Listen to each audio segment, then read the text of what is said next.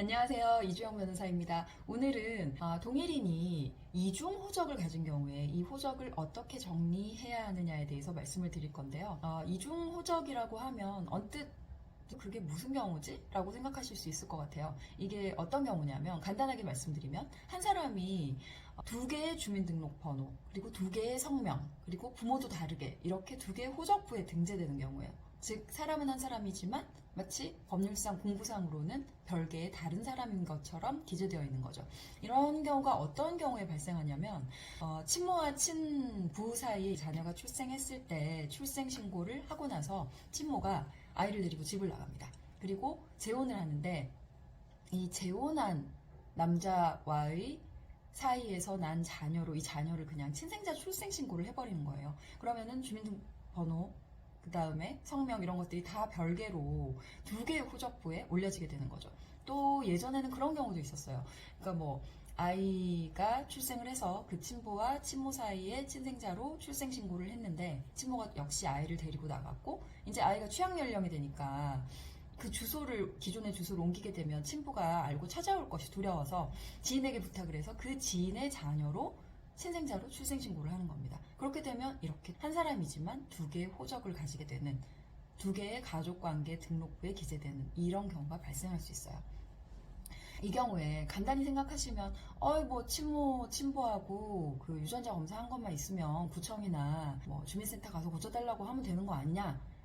근데 그렇지가 않아요. 이 가족관계는 상속이나 뭐 이런 여러 가지 법률 관계에 있어서 굉장히 중요한 부분이기 때문에 단순하게 그 동사무소 직원이나 아니면 구청 직원이 이거 친생자 아니네요 하면서 그냥 말소하고 이렇게 할 수 있는 게 아니거든요.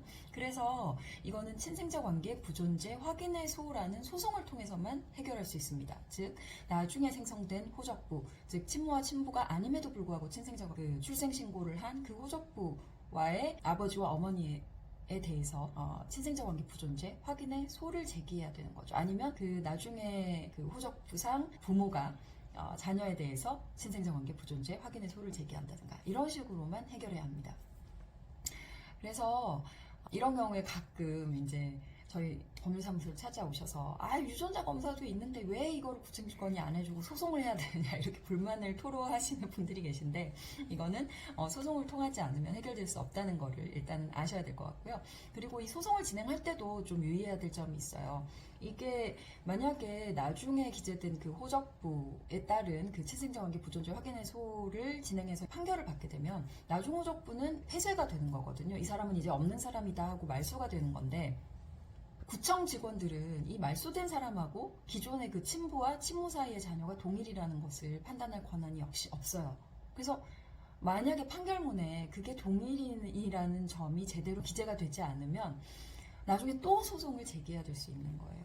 그래서 이렇게 이중 호적을 원인으로 친생자 관계 부존재 확인의 소를 진행하실 때는 그 판결문에 기존의 친부와 친모 사이의 자녀가 지금 이 친생자 관계 부존재를 제기하는 이 사람들 사이의 자녀와 동일인이라는 점이 반드시 판결문에 기재가 될 수 있도록 잘 진행을 하셔야 됩니다. 이 점을 꼭 명심하셔야 되고요. 괜히 쓸데없이 두 번의 소송을 진행하지 않도록 한 번 소송은 꼭 진행해야 된다. 이건 아셔야 되고 그 다음에 그 소송을 진행할 때는 그 동일인인 점이 잘 확인되도록 해서 그 판결문을 받고 나서 나중에 그 호적관계를 정리할 때 문제가 없이 진행될 수 있도록 하셔야 된다는 점을 유의하셔야 될 것 같습니다.